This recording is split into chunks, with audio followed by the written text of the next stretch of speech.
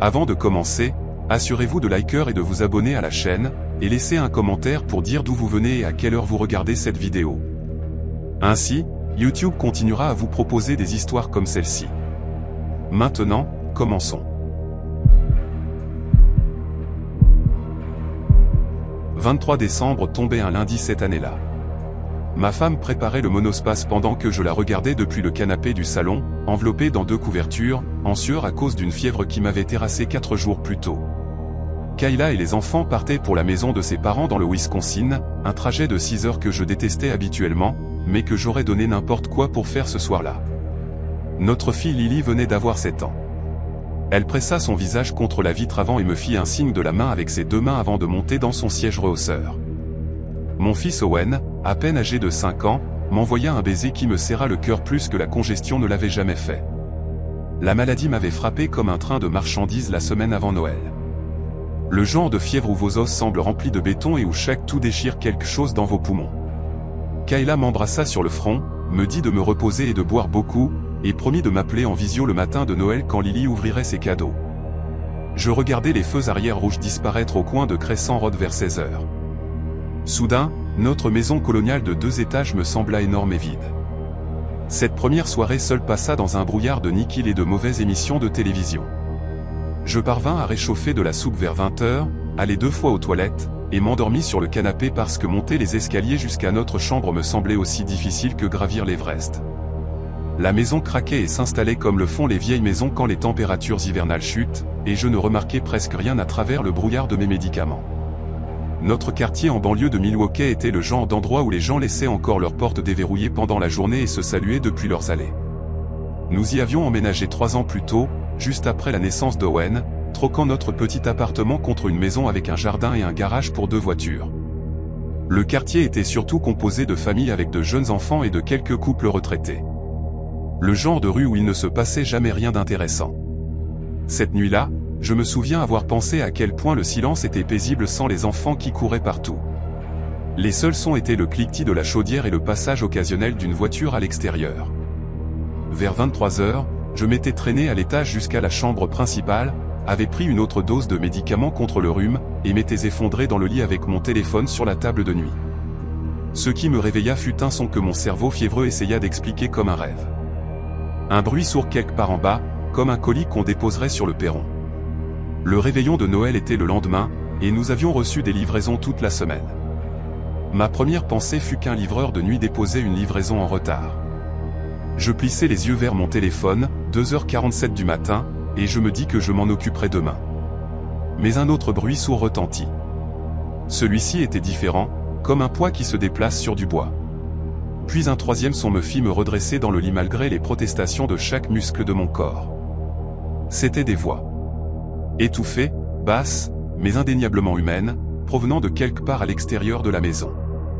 Je me dis que c'était probablement des voisins rentrant tard d'une fête, peut-être en train de lutter avec leur propre colis de Noël. La fièvre rendait tout lointain et irréel, comme regarder un film à travers une vitre embuée. Je balançai mes jambes sur le côté du lit et restai assis un moment à écouter, mon cœur commençant à battre plus vite malgré mes tentatives pour rationaliser ce que j'entendais. La chambre principale se trouvait à l'arrière de la maison avec 2 fenêtres donnant sur le jardin et la clôture en bois qui séparait notre propriété de celle des nuances derrière nous. Je n'allumai aucune lumière. Un instinct que je ne peux pas tout à fait expliquer me garda dans l'obscurité. En me dirigeant vers la fenêtre, les stores étaient partiellement ouverts, comme Kayla les laissait toujours parce qu'elle aimait se réveiller avec la lumière naturelle. Je pressai mon visage contre la vitre et regardai dans le jardin, et ce que je vis fit disparaître chaque symptôme de ma maladie en un instant de terreur cristalline. 3 silhouettes vêtues de vêtements sombres escaladaient la clôture arrière, l'une d'elles sautant déjà dans notre jardin tandis que les 2 autres enjambaient le sommet. Elles se mouvaient avec une coordination exercée. Aucun mouvement superflu, aucune hésitation. L'une d'elles sortit une lampe torche et balaya le faisceau sur l'arrière de notre maison, s'attardant sur la porte coulissante en verre qui menait à la cuisine. Je reculai si vite de la fenêtre que je faillis trébucher sur la table de nuit, ma respiration soudainement bruyante et saccadée dans la chambre silencieuse. Ce n'étaient pas des voisins. Ce n'étaient pas des livreurs. C'étaient des hommes qui pénétraient chez moi en pleine nuit, et j'étais complètement seul. Mon téléphone était toujours sur la table de nuit, et je le saisis avec des doigts engourdis et maladroits, comme s'ils appartenaient à quelqu'un d'autre. Je composai le 911 et pressai le téléphone contre mon oreille, gardant ma voix aussi basse que possible. Quand la standardiste répondit, je chuchotai notre adresse, lui dis qu'il y avait 3 hommes en train de pénétrer chez moi, que j'étais malade, seul et sans armes. Elle me demanda de rester en ligne et me dit que des officiers étaient en route. Mais sa voix semblait incroyablement lointaine, comme si elle parlait depuis le fond d'un puits. Puis je l'entendis, le son inconfondable du verre qui se brise quelque part en bas, suivi du grattement et du cliquetis de la porte coulissante qu'on forçait. Ils étaient à l'intérieur. La standardiste disait quelque chose à propos de rester caché, de ne pas les affronter, mais j'étais déjà en train de me diriger vers le placard de la chambre parce que c'était le seul endroit auquel je pouvais penser. Notre placard était un dressing, pas énorme, mais assez profond pour que je puisse me blottir dans le coin arrière derrière les manteaux d'hiver de Kayla. Je fermai la porte aussi silencieusement que possible, la laissant entr'ouverte d'un petit interstice pour ne pas être dans le noir complet. De l'intérieur de ce placard, j'entendais tout avec une clarté terrible. Des pas sur les sols en bois en bas, lourds et sans hâte, traversant le salon et entrant dans la cuisine. Puis une voix, masculine, parlant juste assez fort pour que les mots montent à travers les bouches d'aération qui reliaient chaque pièce de la maison. Fouillez le rez-de-chaussée vite, puis montez. La famille est dans le Wisconsin jusqu'au 26, je les ai vus charger la voiture. Une autre voix répondit, plus jeune, presque enthousiaste. Et l'alarme ? La première voix rit, un son court et sans humour. Pas d'alarme. Ces quartiers n'ont jamais de vraie sécurité, juste ces faux panneaux dans le jardin. Je pressai ma main contre ma bouche pour ne faire aucun bruit. Mon corps entier tremblait, non plus à cause de la fièvre, mais à cause de quelque chose de bien plus primitif. Ils savaient. Ils nous avaient observés. Ils avaient vu Kayla et les enfants partir, avaient noté nos habitudes, avaient probablement passé devant notre maison une 12aine de fois au cours de la semaine précédente, attendant ce moment précis. Ce n'était pas un hasard. C'était planifié. La standardiste était toujours en ligne, sa voix un murmure minuscule du téléphone que j'avais pressé contre ma cuisse pour étouffer tout son. Je l'entendais demander si j'étais toujours là, si j'étais en sécurité, mais je ne pouvais pas risquer de répondre parce que les pas avaient atteint le bas de l'escalier. Il y eut une pause, une conversation murmurée que je ne pouvais pas distinguer, puis le grincement de la première marche. Il montait. J'avais peut-être 30 secondes avant qu'il n'atteigne le 2e étage, avant qu'il ne commence à ouvrir les portes, avant qu'il ne trouve la chambre principale et le placard où je me cachais comme un enfant effrayé par les monstres. Sauf que ces monstres étaient réels et méthodiques. Et je n'avais rien pour me défendre, à part une bouteille de Nikil et une boîte de mouchoirs. L'écran du téléphone brillait faiblement contre ma jambe, et je regardais le compteur de l'appel augmenter, 4 minutes et 12 secondes depuis que j'avais composé le numéro. La standardiste avait dit que les officiers étaient en route, mais notre banlieue n'était pas exactement une zone à haute criminalité. Les temps de réponse pouvaient être de 10 minutes, 15, peut-être plus pendant une semaine de vacances où la moitié de la force était en congé. Les pas atteignirent le haut de l'escalier et s'arrêtèrent. J'entendis l'un d'eux respirer. Un son épais et humide, comme s'il avait lui-même un rhume. Puis un faisceau de lampes torches balaya sous la porte du placard, se déplaçant de gauche à droite sur la moquette de la chambre.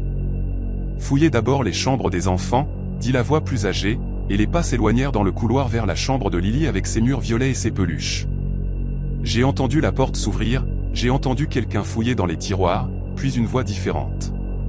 Le 3e homme, qui n'avait pas parlé avant, cria quelque chose à propos de bijoux et d'un ordinateur portable. C'étaient des professionnels. Ils savaient exactement ce qu'ils cherchaient, savaient quelle pièce visiter, savaient comment se déplacer dans une maison rapidement et efficacement. Le placard me sembla soudainement incroyablement petit. Les manteaux d'hiver pressés contre mon dos comme des mains essayant de me pousser vers l'avant. Je pouvais sentir le parfum de Kayla sur l'une de ses vestes. Une odeur qui me réconfortait habituellement, mais qui maintenant me donnait envie de crier parce qu'elle me rappelait tout ce que je risquais de perdre si ces hommes me trouvaient caché dans le noir. Puis la porte de la chambre s'ouvrit. Les charnières émirent un léger gémissement que j'avais l'intention de réparer depuis des mois. Et maintenant, cette petite tache négligée me semblait être une sentence de mort annonçant ma position. Le faisceau de la lampe torche traversa l'obscurité, balayant le lit au drap froissé, la table de nuit avec le verre d'eau à moitié vide et la bouteille de sirop contre la toux. Je retins ma respiration si complètement que mes poumons commencèrent à brûler, ma vision devenant floue sur les bords à cause du manque d'oxygène et de la peur concentrée. Des pas traversèrent la moquette, se dirigeant d'abord vers la salle de bain. J'entendis la douche être tirée, le placard à pharmacie s'ouvrir et se fermer. Rien ici, appela la voix plus jeune. Fouille le placard, répondit l'autre depuis le couloir. Et je sentis chaque muscle de mon corps se contracter. C'était le moment. Il n'y avait nulle part ailleurs où se cacher, aucune issue, aucune arme à portée de main. J'allais être trouvé par des hommes qui avaient pénétré chez moi, s'attendant à ce qu'il soit vide. Et je n'avais aucune idée de ce qu'ils feraient quand ils découvriraient qu'ils s'étaient trompés. La porte du placard commença à s'ouvrir. Et à ce moment-là, je fis quelque chose que je ne peux toujours pas tout à fait expliquer. Peut-être était-ce la fièvre. Peut-être était-ce un instinct de survie désespéré. Mais je commençais à tousser. Pas discrètement, pas en essayant de me retenir. Je laissais échapper la pire, la plus affreuse quinte de tout que je pouvais produire. Le genre qui semblait être un mélange de tuberculose et de pneumonie. La porte cessa de bouger. Je continuais à tousser, ajoutant un son humide et gargouillant qui venait naturellement, étant donné à quel point j'étais réellement congestionné. Puis j'entendis la voix plus jeune dire quelque chose de vif et paniqué. Il y a quelqu'un là-dedans. Il y a quelqu'un de malade là-dedans. Il y eut une agitation dans le couloir, des chuchotements de dispute. Puis la voix plus âgée coupa avec autorité. Laissez tomber. On a assez. Bougeons. La porte du placard se referma. Et j'entendis des pas s'éloigner rapidement dans le couloir, descendre les escaliers, puis le claquement de la porte arrière. Je continuais à tousser même après leur départ, incapable de m'arrêter maintenant que j'avais commencé. Mon corps entier se convulsait sous l'effort, des larmes coulant sur mon visage. La police arriva 11 minutes après mon premier appel, ce qui signifiait qu'ils avaient manqué les intrus de 3 ou 4 minutes. J'étais toujours dans le placard quand j'entendis les sirènes, toujours serrant mon téléphone avec l'appel au 911 en cours depuis 17 minutes. 2 officiers entrèrent par la porte arrière brisée, armes au poing, appelant et s'identifiant. Et je parvins enfin à croiser que j'étais à l'étage, que j'étais le propriétaire, que les hommes étaient partis. Ils me trouvèrent assis par terre dans le placard, entouré de manteaux d'hiver, tremblant si fort que l'un d'eux crut que je faisais une crise. Les ambulanciers qu'ils appelèrent vérifièrent mes signes vitaux et dirent que ma fièvre avait grimpé à 40 degrés, probablement à cause du stress et de l'adrénaline. Ils voulaient m'emmener à l'hôpital, mais je refusai parce que je ne supportais pas l'idée de laisser ma maison vide à nouveau, même avec du ruban de police sur la porte arrière. Un officier resta avec moi jusqu'au matin pendant que les détectives examinaient la scène, prenant des empreintes digitales et photographiant les dégâts. Ils avaient pris mon ordinateur portable, la boîte à bijoux de Kayla, un peu d'argent de mon tiroir de bureau, et la tirelire d'Owen qui contenait peut-être 40 $ en pièces de monnaie. J'appelai Kayla à 6 h du matin et lui racontai ce qui s'était passé, et elle revint le même jour avec les enfants, écourtant leur voyage de 3 jours. Nous installâmes un vrai système de sécurité la semaine après Noël, avec des caméras et des détecteurs de mouvement, et une alarme reliée directement au poste de police. Les détectives attrapèrent 2 des 3 hommes environ un mois plus tard. Ils avaient mené la même opération dans 4 comtés, ciblant des maisons où les familles étaient visiblement parties pour les vacances. Le plus jeune, celui dont la panique à cause de ma toux avait probablement sauvé ma vie, n'avait que 19 ans. Il dit à la police qu'il cherchait spécifiquement des signes indiquant que les propriétaires étaient en voyage, voitures chargées de bagages, courriers accumulés, fenêtres sombres la nuit. Ils avaient surveillé notre maison pendant une semaine avant de décider qu'elle était sûre. Ce qu'ils n'avaient jamais prévu, c'était un mari malade restant à la maison. Je pense encore à cette nuit parfois, surtout pendant les vacances quand la maison devient silencieuse et que j'entends des sons que je ne peux pas expliquer immédiatement. Ce placard n'est plus qu'un placard maintenant, rempli de vêtements et de chaussures et d'objets du quotidien. Mais chaque fois que j'ouvre la porte, je me souviens de ce que cela faisait de s'y cacher dans le noir, d'écouter des inconnus se déplacer dans ma maison, d'attendre d'être découvert. Mes collègues de travail plaisantaient souvent en disant que j'étais la dernière personne à qui il arriverait des ennuis. Calme, responsable, toujours le conducteur désigné lors des happy hours.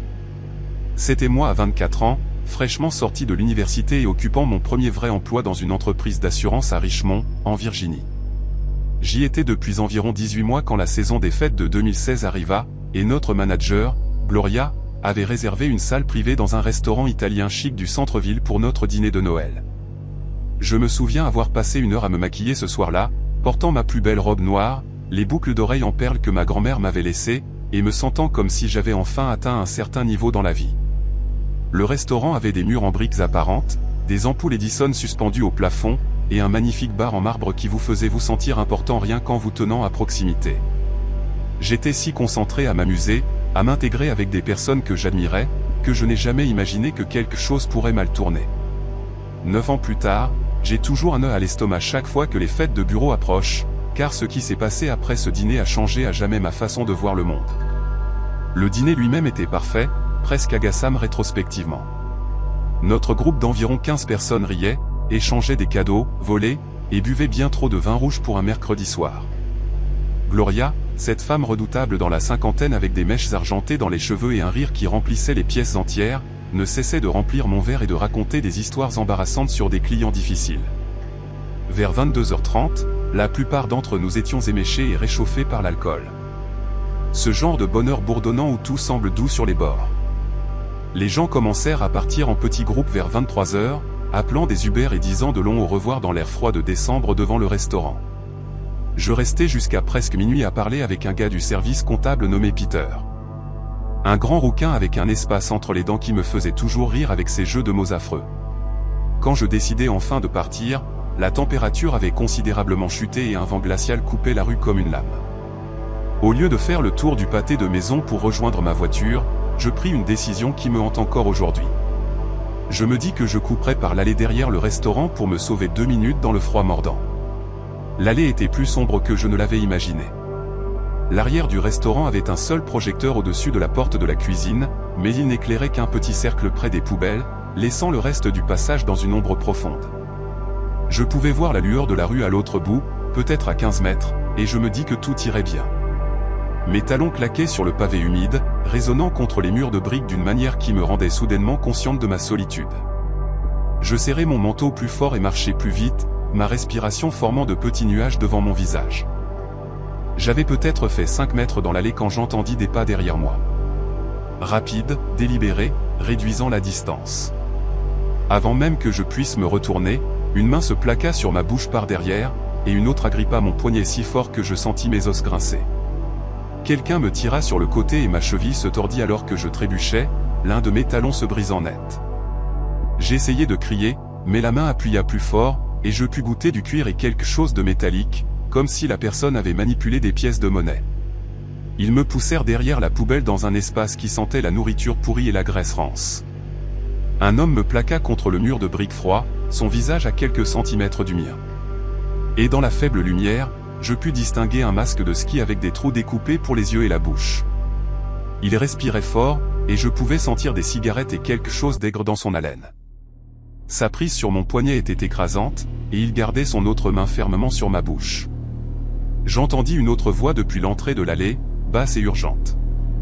Un autre du dîner de bureau. Dépêchez-vous avant que d'autres ne sortent. Cette phrase me frappa comme un coup de poing dans la poitrine. Un autre. Ils avaient attendu, nous avaient observés sortir du restaurant un par un, choisissant ceux qui s'éloignaient du groupe. Ce n'était pas un hasard. Ce n'était pas de la malchance. Ces hommes avaient planifié cela, nous avaient étudiés à travers la vitre alors que nous rions et buvions, sachant exactement ce qu'ils allaient faire quand nous tituberions dans la nuit. L'homme qui me tenait tira si fort sur la bandoulière de mon sac que cela me brûla l'épaule avant qu'elle ne se brise. J'entendis le contenu se répandre quelque part sur le sol, mon rouge à lèvres roulé, mes clés tintant contre le béton. Il poussa le sac à quelqu'un que je ne pouvais pas voir, puis ses mains furent à nouveau sur moi, tirant sur mon manteau, palpant mes poches. Quand ses doigts trouvèrent mon téléphone dans ma veste, il l'arracha et le jeta derrière lui. Puis il vit mes boucles d'oreilles, les perles de ma grand-mère. Il tendit la main vers mon oreille et je fis quelque chose que je n'avais pas prévu. Quelque chose qui venait d'un endroit d'instinct animal pur. Je mordis la main qui couvrait ma bouche aussi fort que je le pus. Je goûtai le sang, sentis la peau se déchirer entre mes dents, et l'homme hurla et retira sa main. Pendant une seconde, peut-être 2. Sa prise se desserra et je me tordis sur le côté et commençai à courir. J'avais fait 3 pas quand quelque chose de dur frappa l'arrière de ma tête et le monde bascula sur le côté. Je tombai à terre sur les mains et les genoux, ma paume raclant contre du verre brisé et du gravier. Une douleur fulgurante remonta dans mes bras. Quelqu'un attrapa une poignée de mes cheveux et tira ma tête en arrière. L'homme que j'avais mordu jurait, me traitant de noms que je ne répéterai pas, et je pouvais voir le sang couler de sa main sur le trottoir. L'autre, le guetteur, était entré dans l'allée maintenant, et il était plus jeune que je ne l'avais imaginé. J'aperçus des cicatrices d'acné sur son menton sous le bord de son masque. Il regardait sans cesse vers la rue, nerveux, se balançant sur ses pieds.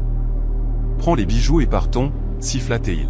« Quelqu'un va venir. » Le premier homme tira ma tête encore plus en arrière et arracha une boucle d'oreille de mon oreille.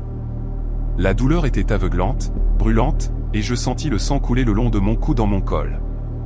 Je hurlai alors, un vrai cri qui résonna contre les murs, et le plus jeune paniqua. Il attrapa le bras du premier homme et le tira vers le fond de l'allée. « Laisse tomber. Laisse tomber. Il faut y aller. » Ils partirent en courant, disparaissant à travers une brèche dans une clôture grillagée que je n'avais même pas remarquée. Et soudain, j'étais seul, à genoux dans les ordures et le verre brisé, saignant et tremblant dans le noir. Je ne sais pas combien de temps je restais là. Cela aurait pu être 30 secondes ou 5 minutes. Le temps était devenu quelque chose de fluide et d'infiable. Finalement, je parvins à me relever, utilisant la poubelle pour me tirer vers le haut, et je me traînai vers la rue sur un talon cassé. Mon oreille palpitait, le sang imbibant le col de ma robe, et je pouvais sentir quelque chose de chaud couler sur mon cuir chevelu là où j'avais été frappé. Quand j'atteignis le trottoir, le monde semblait trop lumineux, trop bruyant, même si la rue était presque déserte. Un couple promenant son chien me vit, et la femme sursauta, sortant immédiatement son téléphone. Je devais avoir l'air de sortir d'un film d'horreur. Du mascara coulant sur mon visage, du sang sur mon cou et mes mains, mon manteau déchiré et sale. L'homme enleva sa veste et l'enroula autour de mes épaules, me posant des questions que je pouvais à peine traiter. Quelqu'un appela le 911. Quelqu'un d'autre courut dans le restaurant pour chercher de l'aide. Et puis Gloria était là, son visage pâle et terrifié, tenant mes mains et me disant que tout irait bien, que de l'aide arrivait, que j'étais en sécurité. La police arriva avant l'ambulance, 2 officiers, un homme et une femme, et ils me demandèrent de décrire ce qui s'était passé pendant que nous attendions les ambulanciers. Je leur racontai tout ce dont je me souvenais, les masques de ski, les voix, la phrase sur le dîner de bureau. L'expression de l'officière changea quand je mentionnai cela. Elle s'éloigna et parla dans sa radio. Et quand elle revint, elle me demanda le nom du restaurant et combien de personnes étaient présentes à notre dîner. J'appris plus tard ce qu'elle savait déjà. J'étais la 3e personne attaquée cette nuit-là. Une femme nommée Sandra, du service marketing, avait été agressée 2 pâtés de maison plus loin vers 23h15, en marchant vers sa voiture après avoir dit au revoir à tout le monde. Un homme nommé Craig, du service informatique, avait été attaqué près du parking vers 23h45, battu suffisamment pour avoir besoin de points de suture au-dessus de l'œil. 3 agressions en moins d'1 heure, toutes ciblant des personnes quittant la même fête de Noël. Les ambulanciers me chargèrent dans l'ambulance alors que cette information s'imposait à moi. Et je me souviens d'avoir fixé le plafond de ce véhicule, pensant que rien de tout cela ne semblait réel, que je me réveillerais demain et que ce ne serait qu'un terrible cauchemar alimenté par le vin. À l'hôpital, une infirmière nettoya la plaie à mon oreille où la boucle d'oreille avait été arrachée. Elle me dit que j'avais de la chance. Le lobe s'était déchiré, mais pas complètement, et il guérirait avec des soins appropriés. De la chance. Le mot me donna envie de rire et de pleurer en même temps. Un médecin examina ma tête, dit que j'avais une légère commotion cérébrale, et me dit de faire réveiller par quelqu'un toutes les quelques heures pendant la nuit. Gloria resta avec moi tout le temps, assise sur cette chaise en plastique près du lit, envoyant des mises à jour à nos collègues par SMS. Vers 3 heures du matin, un détective vint prendre ma déclaration complète. Il s'appelait Franklin, un homme noir fatigué dans la cinquantaine avec des tempes grises et des yeux gentils qui en avaient trop vu. Il me dit ce que la police avait reconstitué jusqu'à présent. Un groupe d'au moins 4 personnes ciblait les fêtes de Noël d'entreprises dans le centre-ville depuis les 2 dernières semaines. Il repérait les restaurants avec des salles d'événements privées, observait les invités à travers les vitres, notait les bijoux et les manteaux coûteux, puis attendait dehors que des personnes partent ivres et seules. Ils avaient frappé 6 fêtes différentes avant la nôtre. Mais c'était la première nuit où ils s'étaient montrés suffisamment agressifs pour blesser physiquement quelqu'un. Quelque chose avait empiré. Peut-être qu'ils devenaient désespérés, ou peut-être qu'ils avaient simplement cessé de se soucier des conséquences. Le détective Franklin me demanda si je pouvais identifier l'un d'eux, et je lui parlais des cicatrices d'acné sur le menton du plus jeune, de l'odeur de cigarette sur la laine de l'autre, de la manière spécifique dont le premier homme avait juré quand je l'avais mordu. Un léger accent que je ne pouvais pas tout à fait situer, peut-être quelque chose d'Europe de l'Est. Il nota tout dans un petit carnet, hochant lentement la tête. Avant de partir, il me donna sa carte et me dit qu'il me contacterait. Je passai le reste de cette nuit chez Gloria, car je ne supportais pas l'idée d'être seul. Son mari nous prépara du thé et resta silencieusement assis dans le salon pendant que Gloria m'aidait à laver le sang de mes cheveux dans l'évier de sa salle de bain. Je ne cessais d'apercevoir mon reflet dans le miroir, l'ecchymose se formant sur ma tempe, le bandage sur mon oreille, le vide dans mes yeux, et je ne reconnus pas la femme qui me regardait. Cette fille confiante qui s'était maquillée si soigneusement quelques heures plus tôt, qui s'était sentie si fière de sa petite robe noire et des perles de sa grand-mère, avait disparu. Quelque chose m'avait été enlevé dans cette allée, quelque chose au-delà du sac, du téléphone et des bijoux, et je ne savais pas si je le récupérais un jour. La police les attrapa 11 jours plus tard. Le détective Franklin m'appela un samedi matin pour me dire qu'un propriétaire de magasin de prêt sur gage avait reconnu l'une de mes boucles d'oreilles de grand-mère, celle qu'ils avaient réussi à prendre d'après la description circulée aux commerces locaux. L'homme qui avait essayé de la vendre correspondait aux détails que j'avais donnés, une carrure trapue, une odeur de cigarette, et quand ils l'avaient amené pour interrogatoire, ils avaient trouvé des marques de morsure sur sa main qui guérissaient encore. Il livra ses complices en quelques heures en essayant de négocier un accord. Ils étaient 5 en tout, pas 4. 2 frères du Bélarus qui avaient dépassé la durée de leur visa, un gars local avec un long casier de vol mineur, et 2 jeunes hommes qui servaient de guetteurs et d'éclaireurs. Ils avaient gagné plus de 40 000 $ en 3 semaines en ciblant des fêtes de Noël dans toute la ville, profitant de personnes trop ivres et heureuses pour être prudentes. Le plus jeune, celui avec les cicatrices d'acné, un certain Victor de 19 ans, pleura pendant son arrestation et ne cessait de dire qu'il ne voulait blesser personne. Je ne ressentis aucune pitié pour lui. Je ne ressentis aucune pitié pour aucun d'eux. Quand l'assistant du procureur de district m'appela pour me dire qu'ils avaient tous plaidé coupables et qu'ils purgeraient des peines de 3 à 8 ans, selon leur niveau d'implication, je sentis quelque chose se desserrer dans ma poitrine que je n'avais même pas réalisé être tendu. 9 ans se sont écoulés depuis cette nuit, et j'aimerais pouvoir dire que j'ai complètement tourné la page, mais ce serait un mensonge. Je ne prends toujours pas de raccourcis par les ruelles. Je suis toujours nerveuse lors des fêtes de bureau, me positionnant toujours près de la sortie, surveillant qui entre et qui sort. La cicatrice sur mon lobe d'oreille s'est estompée en une fine ligne blanche que la plupart des gens ne remarquent pas, mais je la vois chaque matin quand je mets des boucles d'oreilles. Jamais des perles, plus jamais. Gloria a pris sa retraite il y a 2 ans et nous nous retrouvons encore pour un café une fois par mois. Elle n'évoque jamais cette nuit-là à moins que je ne commence la première, mais je sais qu'elle y pense aussi. Le mois dernier, mon entreprise a organisé son dîner de Noël dans un restaurant avec un service de voiturier et un agent de sécurité à la porte, et je me suis surprise à scanner la rue à l'extérieur, cherchant quelqu'un qui pourrait nous observer à travers la vitre. Je sais que cette peur ne disparaîtra probablement jamais complètement, et j'ai fait la paix avec cela. Ce qui s'est passé dans cette allée m'a appris quelque chose que je porte avec moi maintenant. Le monde est rempli de personnes attendant que vous baissiez la garde. Et parfois, les moments les plus dangereux viennent enveloppés de célébration et de chaleur. J'ai survécu. Sandra et Craig ont survécu. Et chaque décembre, quand les invitations aux fêtes commencent à arriver, je me rappelle que la survie suffit. Que je suis toujours là, toujours debout, refusant de laisser ces 5 minutes dans le noir définir le reste de ma vie. Les conférences de formation d'entreprise ont une manière particulière d'aspirer votre âme. Et après 6 jours consécutifs de lumière fluorescente et de diapositives PowerPoint sur l'optimisation logistique, tout ce que je voulais, c'était rentrer chez moi avant Noël. Mon entreprise avait programmé cette réunion régionale dans notre bureau satellite de Spokane sans aucune considération pour le fait que certains d'entre nous devraient traverser des cols de montagne en plein hiver pour rentrer. Je travaillais comme coordinatrice logistique pour une entreprise de transport basée à Salt Lake City. L'un de ces emplois dans lesquels on se retrouve après l'université quand on se rend compte que son diplôme en histoire de l'art vaut moins que le papier sur lequel il est imprimé. Ma classe de finissants s'était dispersée à travers le pays à la recherche de carrière. Et me voilà, 10 ans plus tard, passant plus de temps sur les autoroutes que dans mon propre appartement. Ce vendredi matin, je jetai mon sac de voyage à l'arrière de ma Subaru Outback, attrapai le plus grand café que l'hôtel offrait dans le hall, et me dirigeai vers l'Interstate 90 en direction du sud.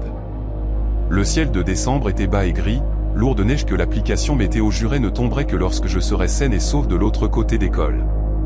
Je crus en cette petite coche verte plus qu'à mon propre instinct. Et ce choix me hante encore. Les premières heures passèrent sans incident, juste moi et le bourdonnement du chauffage. Un podcast sur des crimes réels remplissait le silence alors que je regardais le Montana défiler à travers mon pare-brise.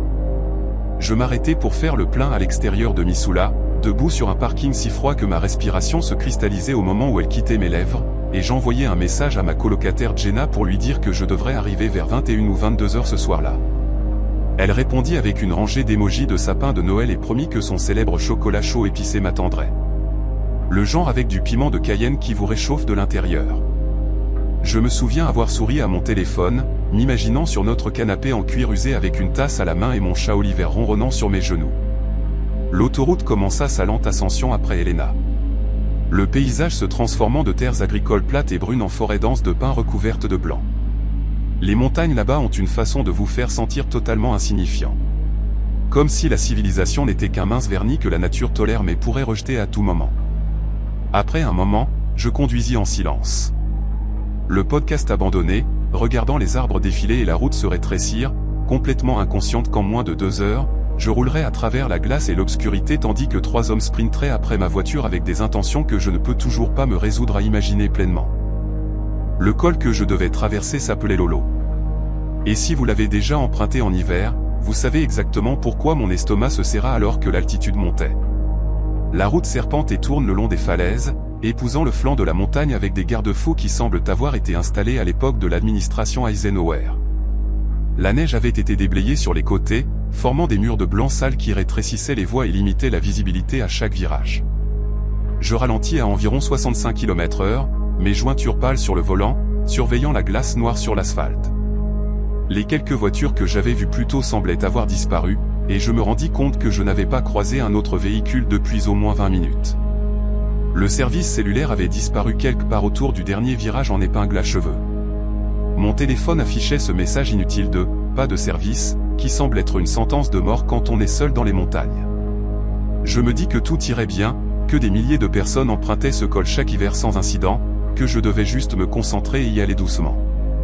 Les ombres des pins s'allongeaient sur la route alors que la lumière de l'après-midi commençait à s'estomper tôt, et je me souviens avoir pensé à quel point il serait facile de disparaître ici, combien de temps il pourrait falloir à quelqu'un pour vous trouver.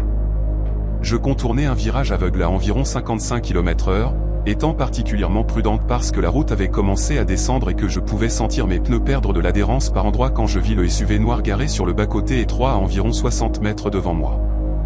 Ses feux de détresse clignotaient en orange contre l'après-midi gris et je pouvais voir un homme debout à côté de la portière du conducteur agitant les 2 bras au-dessus de sa tête dans ce geste universel de détresse. Il portait une veste sombre et un jean, et même à cette distance, je pouvais dire qu'il me regardait directement dans les phares qui approchaient. Mon premier instinct, celui qui m'avait été inculqué par des années de voyage en solo en tant que femme, fut de continuer à rouler. Ne pas s'arrêter pour des inconnus sur des routes de montagne désertes, surtout quand mon téléphone ne fonctionne pas et que la ville la plus proche est à 40 minutes derrière moi. Mais une autre pensée s'insinua. La culpabilité. Celle qui chuchotait sur la façon dont je me sentirais en lisant demain un article de journal sur un pauvre homme mort de froid au col de Lolo pendant que des voitures passaient sans l'aider. La température extérieure était d'environ -9 degrés Celsius. Si sa voiture était en panne, s'il était là depuis des heures déjà, il pouvait vraiment être en danger. Je ralentis encore plus, mon esprit parcourant les options. Et dans cette hésitation, je pris la décision qui faillit me coûter tout. Je me garai sur le bas-côté à environ 9 mètres derrière le SUV, laissant mon moteur tourner et mes phares allumés parce que quelque chose au fond de mon cerveau hurlait encore de faire attention. L'homme commença à marcher vers ma voiture immédiatement, sa démarche rapide et déterminée malgré le sol glacé, et je remarquai qu'il ne tremblait pas du tout. Ce détail s'enregistra quelque part dans ma conscience, mais ne remonta pas à la surface avant plus tard. Il avait peut-être la quarantaine, avec un visage buriné et une barbe épaisse avec des taches grises près de son menton. J'ouvris ma vitre d'environ 5 cm, juste assez pour l'entendre, mais pas assez pour qu'une main puisse passer, et appeler pour demander ce qui n'allait pas. Il se pencha à mon niveau, assez près pour que je puisse voir sa respiration embuer la vitre, et dit que sa batterie était morte et que son téléphone était également déchargé. Il demanda si j'avais des câbles de démarrage ou si je pouvais le conduire à la ville suivante. Sa voix était calme, presque trop calme pour quelqu'un qui aurait été abandonné dans des températures glaciales. J'allais lui dire que j'avais des câbles dans mon coffre quand un mouvement dans mon champ de vision périphérique fit s'embraser chaque nerf de mon corps. 2 silhouettes émergèrent de derrière le SUV, une de chaque côté, et elles marchaient vers ma voiture avec une vitesse qui n'avait rien à voir avec une demande d'aide.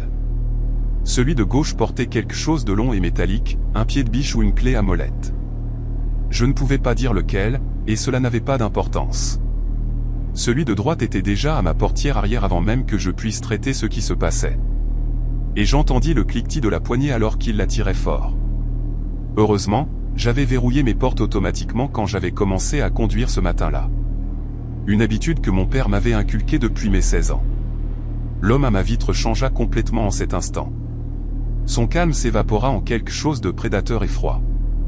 Il enfonça son bras dans l'espace que j'avais laissé ouvert, essayant d'atteindre la serrure ou d'attraper mes cheveux. Je ne sais pas lequel.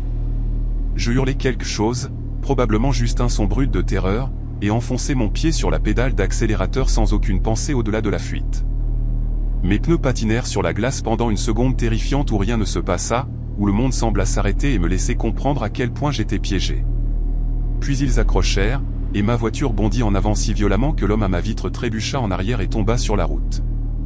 J'entendis des cris derrière moi, des voix masculines en colère, mais je ne regardai pas en arrière. Je conduisis simplement, dérapant sauvagement sur l'asphalte gelé, mon corps entier tremblant si fort que je pouvais à peine garder le volant droit. Les 10 minutes suivantes sont un flou d'adrénaline et de terreur que j'ai essayé de reconstituer des dizaines de fois depuis. Je me souviens d'avoir jeté un coup d'œil dans mon rétroviseur et d'avoir vu les phares du SUV clignoter, ce qui signifiait qu'il me suivait. La route devant moi n'était qu'une succession de virages et de glaces et d'obscurité s'insinuant depuis les bords de la forêt. Et je devais faire un choix entre conduire assez vite pour rester devant eux et conduire assez lentement pour ne pas envelopper ma voiture autour d'un arbre. Je poussai le compteur à 80, puis 90 km/h, sentant mon arrière déraper à chaque virage tandis que mes phares découpaient des tunnels pâles dans le crépuscule grandissant. À un moment donné, je commençai à pleurer, pas à sangloter, mais juste des larmes coulant sur mon visage pendant que je murmurais « S'il te plaît, s'il te plaît, s'il te plaît », comme une prière à personne. Les phares du SUV apparurent derrière moi sur une ligne droite, peut-être à 400 mètres, et je les vis grandir dans mon rétroviseur alors qu'ils réduisaient la distance. Ils connaissaient cette route mieux que moi. Cela était évident. Ils savaient exactement où se positionner, exactement quel virage forcerait une bonne personne à s'arrêter, et ils savaient probablement exactement comment faire sortir quelqu'un d'une falaise et faire passer cela pour un accident. Je ne sais pas combien de temps dura la poursuite, que ce soit 5 minutes ou 15, mais je me souviens de l'instant exact où elle se termina. La route tournait brusquement vers la gauche puis s'ouvrait sur une section plus large où les arbres reculaient de l'accotement. Et assis là comme un mirage se trouvait un camion pick-up avec une coque de camping garée à un belvédère. Un homme plus âgé en gilet de chasse orange se tenait à l'extérieur du camion, une cigarette brillant entre ses doigts alors qu'il regardait la dernière lumière s'estomper sur les montagnes. J'appuyai sur mon klaxon en approchant, un long coup continu qui le fit se retourner, alarmé, et je sortis de la route si vite que je faillis accrocher son pare-choc avant. Le SUV derrière moi ne s'arrêta pas. Il passa devant le belvédère à au moins 95 km/h, disparaissant autour du virage suivant sans même toucher ses freins. Je mis ma voiture au point mort et restai simplement assise là, hyperventilant, incapable de bouger alors que le chasseur marchait vers ma vitre avec une expression confuse et inquiète sur son visage buriné. Quand je parvins enfin à baisser ma vitre et à parler, ce qui sortit était à peine cohérent. Juste des fragments sur des hommes et un pied de biche et eux essayant de pénétrer dans ma voiture. Il écouta sans m'interrompre, ses yeux scannant la route derrière moi. Puis il dit 4 mots qui confirmèrent que je n'avais rien imaginé. « Tu n'es pas la première. » Il s'appelait Gene, et il vivait dans la région depuis plus de 30 ans, chassant l'élan et le cerf-mulet dans ces montagnes depuis avant ma naissance.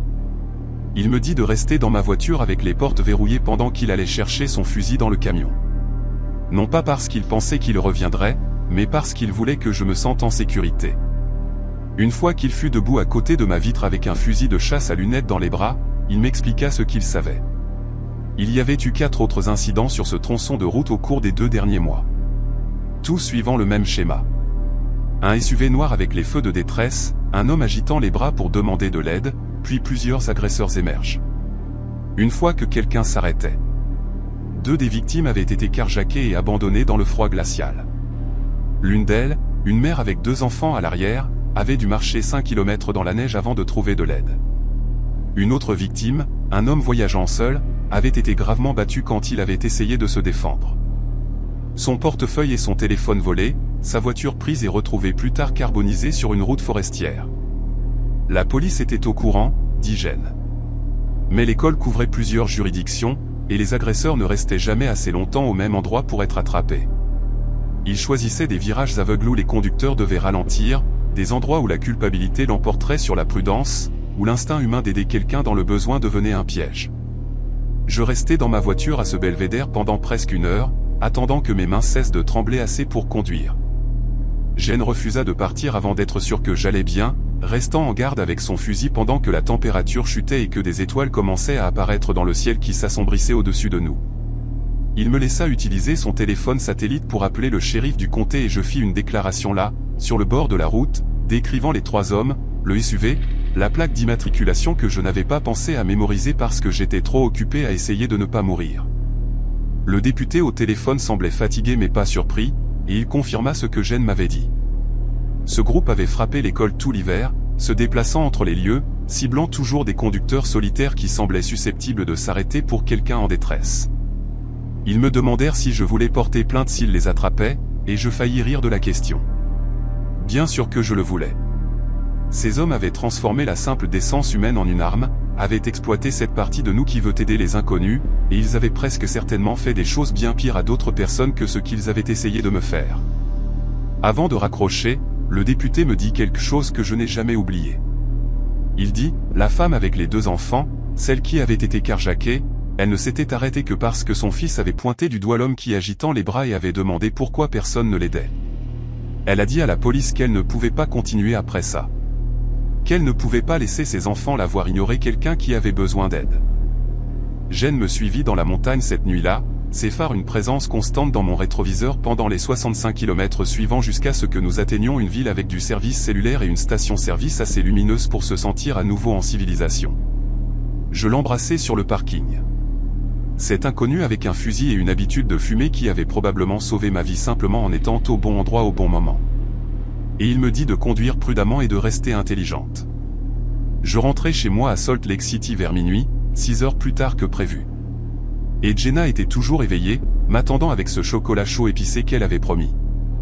Je ne lui racontais pas ce qui s'était passé avant le lendemain matin parce que je ne trouvais pas les mots cette nuit-là. Je ne pus que m'asseoir sur le canapé avec Oliver ronronnant contre ma poitrine et fixer les lumières du sapin de Noël clignotant dans le coin de notre salon. Elle pleura quand je le lui dis.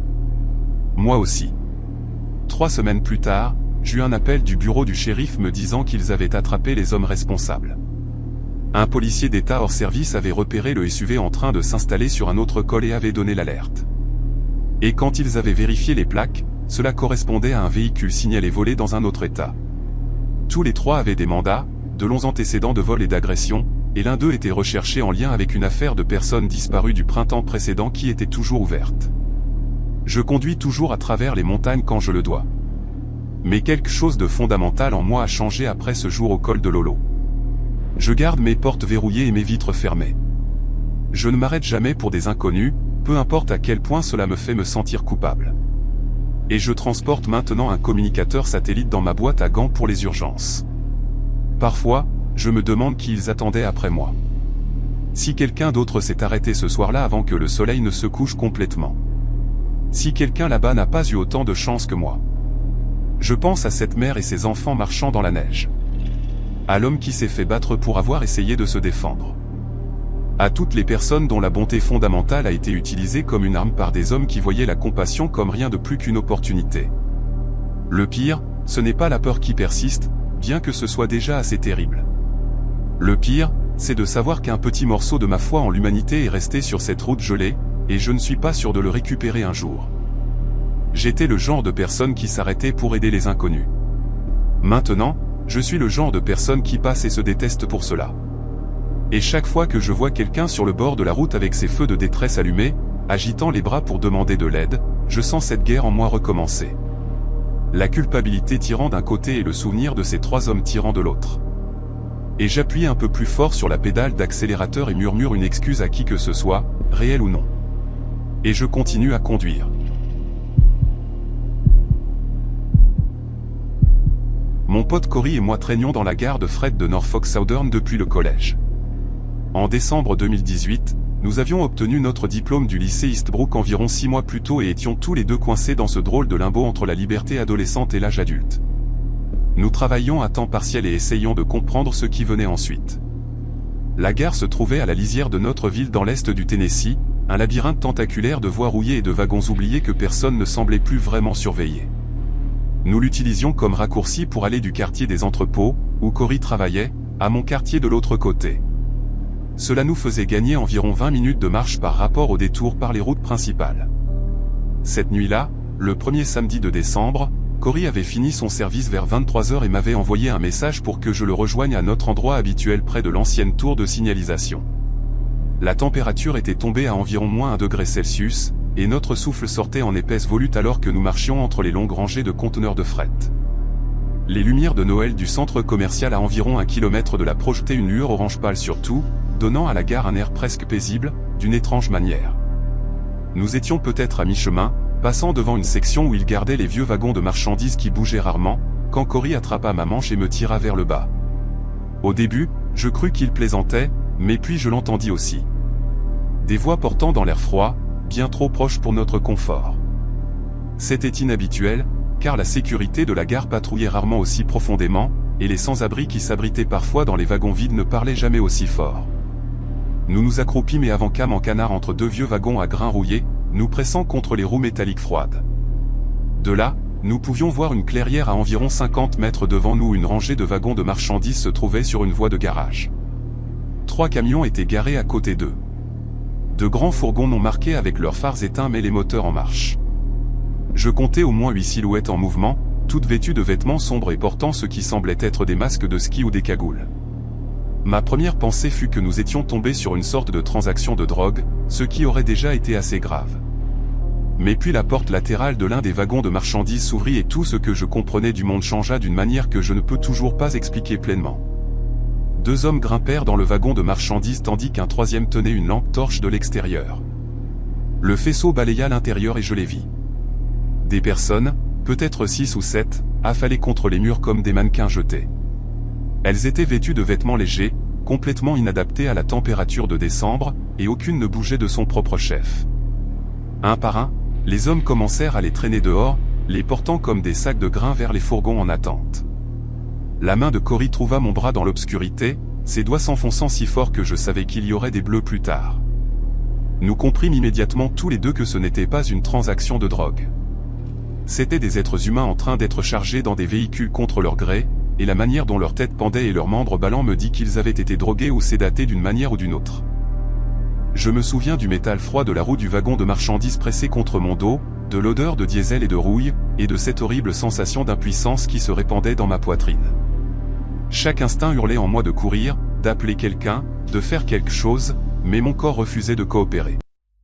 Les hommes travaillaient vite et efficacement, comme s'ils avaient fait cela de nombreuses fois auparavant. Ils communiquaient par de courtes rafales, des signes de la main et des ordres chuchotés dans une langue que je ne pouvais pas identifier. L'un d'eux vérifiait constamment son téléphone, la lueur de l'écran illuminant brièvement un visage qui semblait buriné et impatient. Une femme fut passée du wagon de marchandises au sol, et je remarquai que ses pieds étaient nus malgré la température glaciale. Ses cheveux pendaient sur son visage en mèches emmêlées, et ses bras montraient des marques sombres qui auraient pu être des ecchymoses ou de la saleté. C'était difficile à dire depuis notre cachette. À présent, ils avaient transféré peut-être 5 personnes dans le premier fourgon, les entassant à l'intérieur sans aucun égard pour leur confort ou leur dignité. J'aurais voulu croire que je rêvais, que je m'étais endormi chez moi, et que c'était une sorte de cauchemar alimenté par trop de documentaires sur le crime. Mais le froid était trop réel, les sons trop nets, la peur trop immédiate. Cela se passait à 6 mètres de nous, et tout ce que Cory et moi pouvions faire était de regarder et prier pour qu'ils ne regardent pas dans notre direction. C'est alors que l'un d'eux se réveilla. Un jeune gars, peut-être de notre âge ou un peu plus âgé, souleva soudainement la tête alors que 2 hommes le portaient vers le deuxième fourgon. Ses yeux s'écarquillèrent, et pendant une fraction de seconde, il sembla complètement désorienté. Puis une terreur animale pure prit le dessus. Il se débattit si fort qu'il glissa de leur prise et tomba à terre sur les mains et les genoux. Les hommes hurlèrent, et le jeune gars se releva en hâte et commença à courir. Il fit peut-être 5 mètres avant qu'une des silhouettes masquées ne le rattrape, le plaquant au sol avec une brutalité effrayante qui me retourna l'estomac. J'entendis l'impact, ce bruit sourd et humide de corps heurtant le sol gelé, suivi de cris étouffés alors qu'il le maintenait au sol. Un autre homme trottina en portant ce qui semblait être une seringue. Et en quelques secondes, les cris cessèrent. Ils le soulevèrent à nouveau, aussi inerte qu'avant, et continuèrent à le charger dans le fourgon comme si de rien n'était. Tout l'incident dura peut-être 30 secondes, mais ces 30 secondes se gravèrent dans ma mémoire avec une clarté parfaite. Cory respirait si vite que je crus qu'il allait s'évanouir. Je pressai ma main sur sa bouche, non pas pour le faire taire, mais pour le ramener d'une manière ou d'une autre, pour lui rappeler que nous devions rester invisibles. Mon propre cœur cognait contre mes côtes comme s'il voulait s'échapper de ma poitrine. Le jeune homme qui avait essayé de s'enfuir. Je continuais à voir son visage dans ce bref moment de conscience. La manière dont la reconnaissance et l'horreur avaient inondé ses traits simultanément. Il savait exactement ce qui lui arrivait. Il savait qu'on l'emmenait quelque part de terrible et son corps avait mobilisé chaque once de force pour se défendre. Et cela n'avait pas importé. Il l'avait attrapé en quelques secondes, l'avait à nouveau sédaté, et maintenant il n'était qu'un autre corps inconscient à l'arrière d'un fourgon. Je pensais à mon téléphone, toujours dans la poche de ma veste, et à la manière dont je devrais enregistrer cela ou appeler le 911, mais mon cerveau ne cessait de repasser ce qu'ils avaient fait à ce gars. À quel point c'était rapide et impitoyable. Et je compris avec une horrible certitude que s'ils nous trouvaient cachés ici, nous finirions dans l'un de ces fourgons, nous aussi. Toute l'opération dura peut-être 20 minutes, depuis le moment où nous nous étions cachés jusqu'à ce que la dernière porte de fourgon se referme. L'un des hommes fit le tour du wagon de marchandises avec une lampe torche, vérifiant le sol et les alentours. Pendant un moment terrible, le faisceau balaya vers les wagons à grains où nous étions accroupis, et je sentis Cory arrêter complètement de respirer. La lumière nous dépassa sans s'arrêter, mais je jure qu'elle effleura le bord de ma basket. Puis l'homme se retourna, dit quelque chose à ses compagnons, et monta dans le siège passager du fourgon de tête. Les moteurs vrombirent et les 3 véhicules s'éloignèrent lentement, leurs phares toujours éteints alors qu'ils traversaient la gare de fret vers une route de service à l'autre bout. Nous ne bougeâmes pas. Nous restâmes pressés contre ces roues froides pendant ce qui sembla être 1 heure, mais était probablement plus proche de 10 minutes, attendant de nous assurer qu'ils étaient vraiment partis et ne revenaient pas. Le silence qui suivit leur départ était d'une manière ou d'une autre pire que les sons de ce que nous avions été témoins. Un calme lourd et accusateur qui semblait demander pourquoi nous n'avions rien fait pour aider. Quand nous sortîmes enfin de notre cachette, mes jambes s'étaient engourdies à force de rester accroupies si longtemps dans le froid. Cory vomit contre le côté d'un wagon de marchandises, un son rauque et haletant qui résonna dans la gare vide. Je restais là à le regarder, mon esprit essayant toujours de traiter ce qui venait de se passer. Aucun de nous ne parla alors que nous rentrions chez nous, prenant un itinéraire différent qui nous tenait éloignés de la section où le transfert avait eu lieu. Je ne cessais de regarder derrière nous, vérifiant les ombres, écoutant les moteurs. Chaque voiture qui passait sur la route principale me faisait sursauter. Quand je rentrais enfin chez moi vers 1h du matin, ma mère dormait et la maison était sombre. J'allais directement dans ma chambre, m'assis sur le bord de mon lit, et fixai le mur pendant peut-être 2 heures. Je ne pouvais pas dormir. Chaque fois que je fermais les yeux, je revoyais ce jeune homme essayer de courir. Je le revoyais heurter le sol. Je revoyais la seringue. Je savais que je devais en parler à quelqu'un, mais je n'avais aucune idée de comment expliquer ce que nous avions vu sans nous mettre en danger. Cory m'appela le lendemain matin, sa voix tremblante. Il n'avait pas dormi non plus. Nous parlâmes en rond pendant presque 1 heure, allant et venant sur ce qu'il fallait faire. Une partie de moi voulait aller directement à la police, tout leur raconter, et les laisser gérer. Mais Cory fit remarquer que nous avions été en train de commettre une intrusion quand nous l'avions vu, que nous n'avions aucune preuve, aucune photo, aucune plaque d'immatriculation, juste la parole de 2 adolescents qui s'étaient faufilés sur une propriété privée à minuit. Et il y avait autre chose que ni lui ni moi ne voulions dire à voix haute. Si ces gens étaient assez organisés pour faire passer des êtres humains à travers une gare de fret comme du fret, ils étaient probablement assez organisés pour découvrir qui les avait dénoncés. Nous décidâmes d'attendre quelques jours, de voir si quelque chose sortait dans les nouvelles, puis de décider de notre prochaine étape. C'était une décision de lâche, et je le savais même à ce moment-là. Mais la peur a une manière de faire paraître la lâcheté comme du bon sens. 4 jours plus tard, c'était dans toutes les nouvelles locales. Le shérif du comté tint une conférence de presse annonçant que cette personne avait été portée disparue au cours des 2 dernières semaines. Toutes de petites villes dans un rayon de 160 km. La plupart d'entre elles étaient des immigrants sans papier. Des personnes venues chercher du travail et qui n'avaient pas de famille à proximité pour remarquer leur disparition. Mais l'une d'elles était un gars nommé Marco Delgado, 19 ans, qui avait été en terminale au lycée Eastbrook l'année avant que Cory et moi obtenions notre diplôme. Je me souvenais vaguement de lui, un gars calme qui jouait de la trompette dans la fanfare et portait toujours cette vieille veste en jean avec des patchs cousus sur les manches. Quand ils montrèrent sa photo aux infos, tout mon corps devint froid. C'était lui, le jeune homme qui s'était réveillé, qui avait essayé de courir, qui avait été plaqué et sédaté juste devant nous. Je reconnus son visage instantanément, la forme de sa mâchoire, la manière dont ses cheveux tombaient sur son front. Marco Delgado avait été à 5 mètres de moi, se battant pour sa vie, et je n'avais rien fait d'autre que me cacher.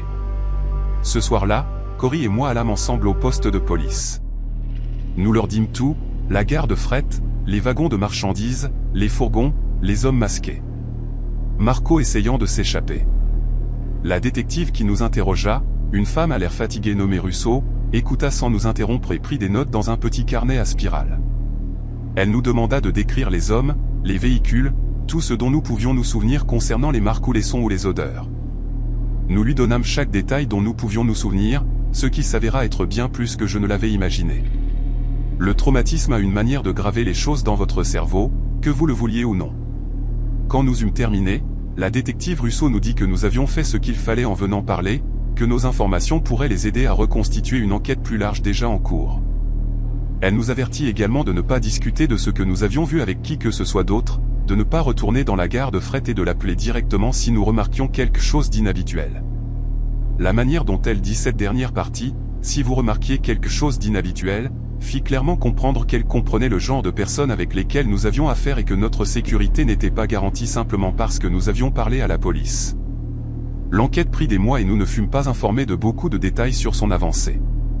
Ce que je sais vient de rapports d'actualité et d'une brève réunion de suivi avec la détective Russo environ 3 mois plus tard.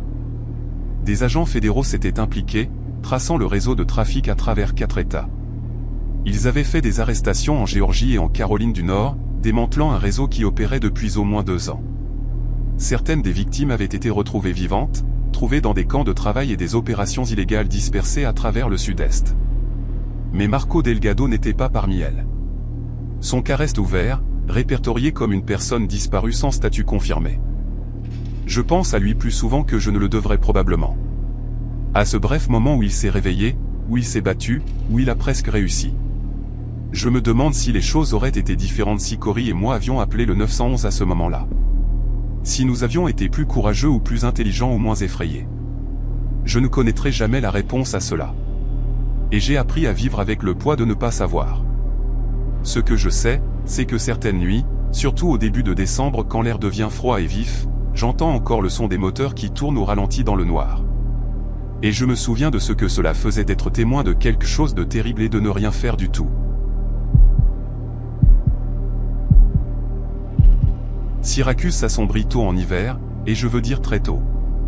Dès 16h30, le ciel a déjà l'air comme si quelqu'un avait tiré un rideau sur toute la ville, les réverbères s'allumant alors que la plupart des gens finissent encore leur journée de travail. Je travaillais dans un centre de distribution d'entrepôts sur Lakeview Road, triant des colis et chargeant des camions jusqu'à ce que mon dos crie grâce. Et chaque soir, je marchais 6 pâtés de maison pour prendre le bus 547 sur Caldwell Avenue. L'arrêt lui-même n'avait rien de spécial, juste un abri en métal avec un banc en plastique fissuré coincé entre un pressing abandonné et un entrepôt entouré d'une clôture en grillage. La plupart de mes collègues avaient des voitures, me faisant signe au revoir depuis le parking pendant que je fermais ma veste et commençais la marche. Ayant obtenu mon diplôme de lycée en 2011, j'avais toujours pensé que ma vie aurait un autre aspect maintenant. Mais me voilà, prenant les transports en commun dans le froid glacial, économisant chaque dollar pour un appartement dont les radiateurs grinçaient et grognaient comme si quelque chose était coincé à l'intérieur des murs. Je remarquai la voiture pour la première fois un mercredi, la première semaine de ce mois-là, une berline bleu foncé, un modèle plus ancien, peut-être une Ford Taurus ou quelque chose de similaire, garée de l'autre côté de la rue face à l'abribus, moteur éteint. Quelqu'un était assis derrière le volant, juste une silhouette contre la faible lueur d'un écran de téléphone. Je la remarquai à peine au début. Les gens attendent dans des voitures garées tout le temps pour une centaine de raisons différentes. Récupérer des membres de la famille, tuer le temps, éviter des conversations à la maison.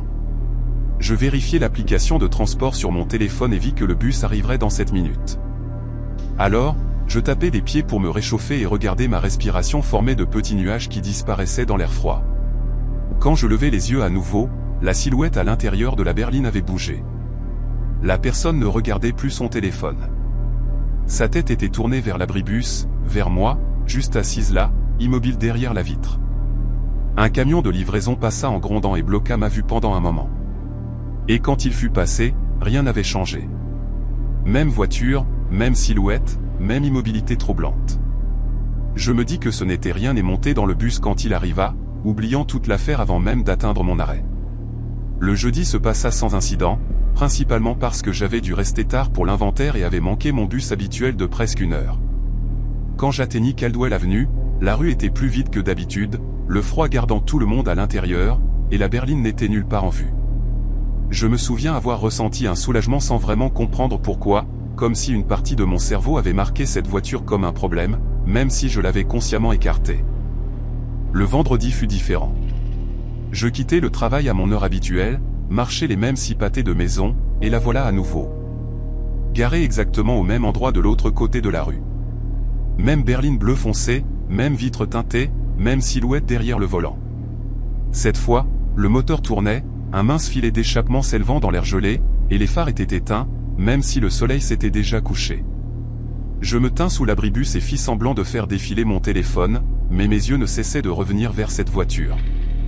La silhouette à l'intérieur ne bougeait pas, ne vérifiait pas son téléphone, ne faisait rien d'autre que rester assise là, faisant face à ma direction. 5 minutes passèrent, puis 6. Je pouvais sentir mon pouls dans ma gorge, ce qui semble dramatique, mais vous devez comprendre à quel point cet arrêt de bus était isolé. Aucun piéton, aucune autre voiture, juste moi et cette berline et le bourdonnement d'un réverbère défaillant au-dessus de ma tête. Le bus arriva enfin et j'y montai rapidement, validant mon titre de transport sans regarder en arrière. Je trouvai une place au milieu et jetai un coup d'œil par la fenêtre alors que nous nous éloignions du trottoir. La berline n'avait pas bougé. Mais juste avant que nous tournions au coin, je vis quelque chose qui me serra la poitrine. La portière côté conducteur s'était entr'ouverte de quelques centimètres, comme si la personne à l'intérieur avait été sur le point de sortir. La lumière intérieure ne s'était pas allumée, ce qui signifiait qu'elle avait été désactivée. Et ce détail resta avec moi pour le reste de la soirée. Pourquoi quelqu'un désactiverait-il sa lumière intérieure à moins de ne pas vouloir être vu? Je me dis que j'étais paranoïaque, que je regardais trop de documentaires sur le crime, que ce n'était qu'une personne au hasard avec une lumière de voiture cassée. Mais quand je rentrais chez moi dans mon appartement, je verrouillais le verrou et la chaîne, quelque chose que je n'avais pas fait depuis des mois. Je poussais même ma petite table de cuisine contre la porte, me sentant ridicule tout du long, mais incapable de m'arrêter. Cette nuit-là, je dormis à peine, fixant le plafond et écoutant le radiateur grincer pendant que mon esprit repassait l'image de cette portière s'entr'ouvrant dans l'obscurité. Le week-end offrit une pause dans la routine, et je passais la plupart de ces 2 jours à me convaincre que j'avais exagéré toute la situation. Lundi matin, la peur s'était estompée en quelque chose de plus proche de la honte. Je ris même en préparant le café, secouant la tête devant la facilité avec laquelle j'avais laissé mon imagination s'emballer, juste un gars attendant quelqu'un, probablement énervé que je continue à fixer sa voiture comme une paranoïaque. Je me rendis au travail de meilleure humeur, plaisantant avec ma collègue April pendant notre pause déjeuner, lui racontant la berline inquiétante comme si c'était une histoire drôle plutôt que quelque chose qui m'avait tenu éveillé 2 nuits de suite. Elle rit et dit que j'avais regardé trop de true crime, ce qui était exactement ce dont j'avais besoin d'entendre. La journée passa rapidement, et à 17h, j'avais presque complètement oublié toute l'affaire. Presque. Car quand je sortis de l'entrepôt et commençai à marcher vers Caldwell Avenue, je sentis un petit nœud se former dans mon estomac. Une tension que je ne pouvais pas tout à fait expliquer. Le soleil s'était déjà couché, le ciel était d'un violet profond se transformant en noir, et la température avait chuté d'au moins 10 degrés depuis le matin. Je vis la berline avant même d'atteindre l'arrêt de bus. Même endroit, même position, même peinture bleu foncé captant la lueur du réverbère lointain. Mais pas ralentir sans que je décide de les ralentir. Mon corps réagissant avant que mon cerveau ne puisse suivre. Le moteur tournait à nouveau, ce mince filet d'échappement flottant dans le froid. Et cette fois, je remarquai quelque chose de nouveau. La vitre côté passager était baissée d'environ 5 cm. Malgré la température glaciale à l'extérieur, je continuais à marcher parce que m'arrêter semblait pire d'une certaine manière, comme si cela confirmerait que j'avais peur, que j'avais une raison d'avoir peur. Quand j'atteignis l'abri, je ne m'assis pas sur le banc en plastique fissuré. Je restais debout près du bord le plus proche de la rue, me positionnant là où je pouvais voir clairement la berline et où le bus me cacherait à la vue dès son arrivée. La silhouette derrière le volant était là, comme avant, juste une forme sombre qui ne semblait jamais bouger. Mais ensuite quelque chose changea. Un son traversa le silence, faible, mais inconfondable. Une portière de voiture qui s'ouvre. Pas complètement, juste ce clic et ce grincement initial des charnières. Je regardai directement la berline et vis la portière côté conducteur s'ouvrir de quelques centimètres, puis s'arrêter. La personne à l'intérieur testait quelque chose, peut-être vérifiait si je réagirais, peut-être attendait de voir si quelqu'un d'autre était dans les parages. Je sortis mon téléphone et fis semblant de passer un appel, le tenant contre mon oreille et parlant à personne à l'autre bout. Je dis des choses comme « Oui, je suis à l'arrêt de bus maintenant » et « Ok, à dans quelques minutes », espérant que la personne assise dans cette berline m'entende, pense que quelqu'un m'attendait, décide que je ne valais pas le risque. La portière resta entr'ouverte tout le temps, ni ne se fermant ni ne s'ouvrant davantage, et je pouvais sentir des yeux sur moi, même si je ne pouvais pas les voir à travers la vitre teintée. Mon cœur battait si fort que je craignais que la personne ne l'entende de l'autre côté de la rue. 2 minutes avant l'arrivée du bus, selon mon application. Je continuais la fausse conversation, riant de rien, hochant la tête en silence, faisant tout ce que je pouvais pour paraître comme une personne avec des connexions, avec des gens qui remarqueraient si quelque chose m'arrivait. Une voiture passa sur Caldwell Avenue, et la portière de la berline se referma rapidement et silencieusement, comme un réflexe. Je regardais la voiture bleue rester là, immobile à nouveau, moteur toujours en marche, et je compris quelque chose clairement pour la première fois. Ce n'était pas un hasard. Ce n'était pas une coïncidence. Quelqu'un m'avait observé, avait appris mon emploi du temps, attendait le bon moment où la rue serait assez vide et l'obscurité assez épaisse pour faire ce qu'il prévoyait de faire. Le bus arriva et je me jetai pratiquement à travers les portes, scannant ma carte et marchant directement à l'arrière où je pouvais voir par la vitre arrière. Alors que nous nous éloignions, je regardais la berline. Pendant un moment, rien ne se passa.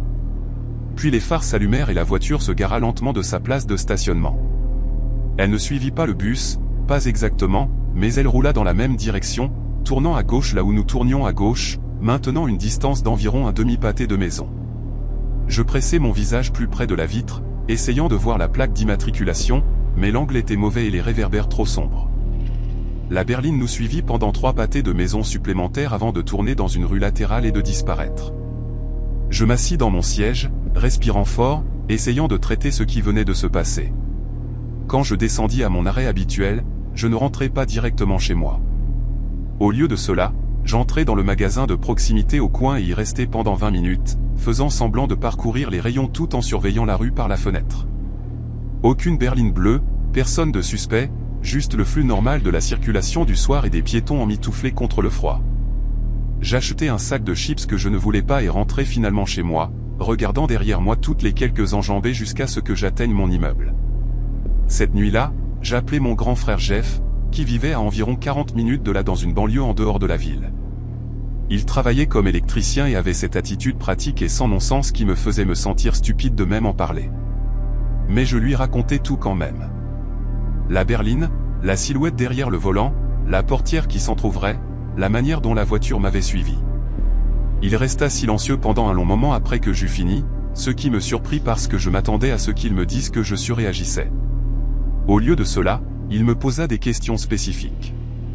Quelle était la couleur exacte de la voiture ? Avais-je remarqué des bosses ou des autocollants ou quelque chose de distinctif ? À quelle heure arrivais-je habituellement à l'arrêt de bus ? Avais-je remarqué que quelqu'un d'autre était observé ? Je répondis du mieux que je pus, et quand j'eus fini, il me dit de commencer à prendre des photos. Documenter tout, dit-il. Obtenir la plaque d'immatriculation si je le pouvais. Et surtout, il me dit d'appeler la police et de déposer une plainte, même s'il ne pouvait rien faire immédiatement. Avoir quelque chose dans les dossiers était important, expliqua-t-il, au cas où les choses s'aggraveraient. Je promis que je le ferais. Et après avoir raccroché, je restai assis sur mon canapé, ressentant un étrange mélange de validation et de terreur. Mon frère m'avait pris au sérieux, ce qui signifiait que c'était sérieux, ce qui signifiait que je n'imaginais pas le danger que je ressentais chaque fois que je me tenais à cet arrêt de bus seul dans le noir. J'appelai la ligne de police non urgente le lendemain matin avant le travail et expliquai la situation à un officier qui semblait fatigué mais pas méprisant. Elle nota les détails, l'emplacement, la description de la voiture, les heures où je l'avais vue, et me dit qu'ils en prendraient note dans leur système. Elle suggéra également que je varie ma routine si possible, que je prenne un bus différent, que je me fasse récupérer par quelqu'un, que j'évite d'être seul à cet arrêt pendant les heures du soir. Je la remerciai et raccrochai, me sentant légèrement mieux, mais aussi frustré. Varier ma routine. Facile à dire quand on a des options, quand on a une voiture ou des horaires flexibles ou quelqu'un qui peut vous conduire. Je n'avais aucune de ces choses. Mon service se terminait à 17h chaque jour. Le 547 était le seul bus qui me ramenait à une heure raisonnable. Et demander à Jeff de venir me chercher chaque soir n'était pas réaliste. Alors, je me rendis au travail, fis mon travail, et quand 17h sonnèrent, je marchais vers Caldwell Avenue avec mon téléphone déjà à la main, l'application photo ouverte, le cœur battant plus vite à chaque pas. La berline était là, même endroit, même silence. Mais cette fois, j'étais prête. Je levai mon téléphone et pris 3 photos en succession rapide, zoomant sur la plaque d'immatriculation autant que possible sans que l'image ne devienne floue. La personne à l'intérieur de la voiture dut le remarquer car la berline se mit soudainement en marche, pas vite, mais de manière délibérée, roulant hors de la place de stationnement et s'éloignant de moi dans la rue. Je continuais à prendre des photos alors qu'elle se déplaçait, capturant l'arrière du véhicule, la forme des feux arrière, tout ce qui pourrait aider à l'identifier plus tard. Mes mains étaient stables, même si tout en moi hurlait. La voiture tourna à droite au bout du pâté de maison et disparut de ma vue. Et je restais là sous l'abribus, me sentant comme si j'avais gagné quelque chose de petit mais important. J'avais une preuve maintenant. J'avais des preuves que c'était réel, que quelqu'un m'avait observé, que je n'étais pas folle. Quand je rentrais chez moi, j'envoyais les photos à mon adresse email, les enregistrais dans mon stockage cloud, et en envoyais des copies à Jeff avec un message expliquant ce qui s'était passé. Il répondit en quelques minutes me disant d'envoyer tout à la police également, ce que je fis. L'officier à qui j'avais parlé plus tôt me rappela ce soir-là et dit qu'il ferait une recherche sur les plaques et verrait ce qui en ressortirait. Elle semblait plus intéressée maintenant, plus alerte, et elle me demanda si je pouvais venir au poste le lendemain pour faire une déclaration formelle. J'acceptai sans hésitation. Le mercredi matin, je me rendis au poste de police avant mon service et m'assis en face d'une détective nommée Howell, une femme dans la cinquantaine aux cheveux gris courts et aux lunettes de lecture qu'elle ne cessait de pousser sur son nez. Elle me montra une photographie sur l'écran de son ordinateur et me demanda si je reconnaissais le véhicule. C'était la berline bleue, sans aucun doute, et je le lui dis immédiatement. Elle hocha la tête puis me dit quelque chose qui fit paraître la pièce plus petite. La voiture appartenait à un homme nommé Ronald Pratt, 47 ans. Aucune adresse permanente avec un casier judiciaire qui incluait des agressions, du harcèlement, et une arrestation précédente pour tentative d'enlèvement dans un autre état 8 ans plus tôt. Il avait été libéré sous liberté conditionnelle 2 ans auparavant et avait récemment été repéré à plusieurs endroits autour de la ville, toujours près des arrêts de bus, toujours pendant les premières heures du soir quand le soleil se couchait et que les rues se vidaient. Vous n'étiez pas sa seule cible, expliqua-t-elle. 3 autres personnes avaient déposé des plaintes similaires au cours du mois dernier, toutes décrivant la même voiture, le même comportement, la même sensation d'être observée et testée. La détective me remercia d'être venue et pour les photos, qui leur avaient donné l'image la plus claire de ces plaques qu'ils avaient reçues jusqu'à présent. Elle me dit qu'ils le recherchaient activement maintenant, et elle me conseilla de rester vigilante jusqu'à ce qu'il procède à une arrestation. Pendant les 4 jours suivants, Jeff vint me chercher après le travail. Il se garait sur le parking de l'entrepôt à 17h15 et je montais dans son camion, ressentant quelque chose de proche de la normalité pendant les 20 minutes qu'il lui fallait pour me déposer chez moi. Je détestais avoir besoin d'aide. Je détestais me sentir incapable de gérer ma propre vie. Mais je savais aussi que la fierté ne valait pas la peine de mourir. L'arrêt de bus sur Caldwell Avenue resta vide ces soirs-là, du moins d'après ce que je pouvais voir alors que nous passions devant. Aucune berline bleue, aucune silhouette regardant à travers une vitre teintée. Peut-être que Pratt avait déménagé dans une autre partie de la ville. Peut-être qu'il savait que la police se rapprochait et avait décidé de se faire discret. Je consultais les actualités locales de manière obsessionnelle, faisant défiler les articles sur mon téléphone pendant les pauses déjeuner et avant de me coucher, attendant quelque chose, n'importe quoi qui me dirait que ce cauchemar était terminé. Dimanche soir, je le trouvai enfin. Un court article enterré dans la section criminalité rapportait qu'un homme avait été arrêté près d'un arrêt de bus du côté de Syracuse après qu'un témoin eût appelé le 911 pour signaler un comportement suspect. Le suspect, identifié comme Ronald Pratt, avait été arrêté sans incident et était détenu pour de multiples chefs d'accusation, y compris harcèlement, violation de liberté conditionnelle et tentative d'enlèvement. Je lus probablement cet article 15 fois avant de me permettre de croire que c'était réel. Jeff m'appela ce soir-là après avoir vu les mêmes nouvelles et aucun de nous ne dit grand-chose. Nous restâmes simplement au téléphone en silence pendant un moment, respirant, assimilant. Je recommençai à prendre le bus le lundi suivant. Même itinéraire, même heure, même banc en plastique fissuré sous le réverbère vacillant.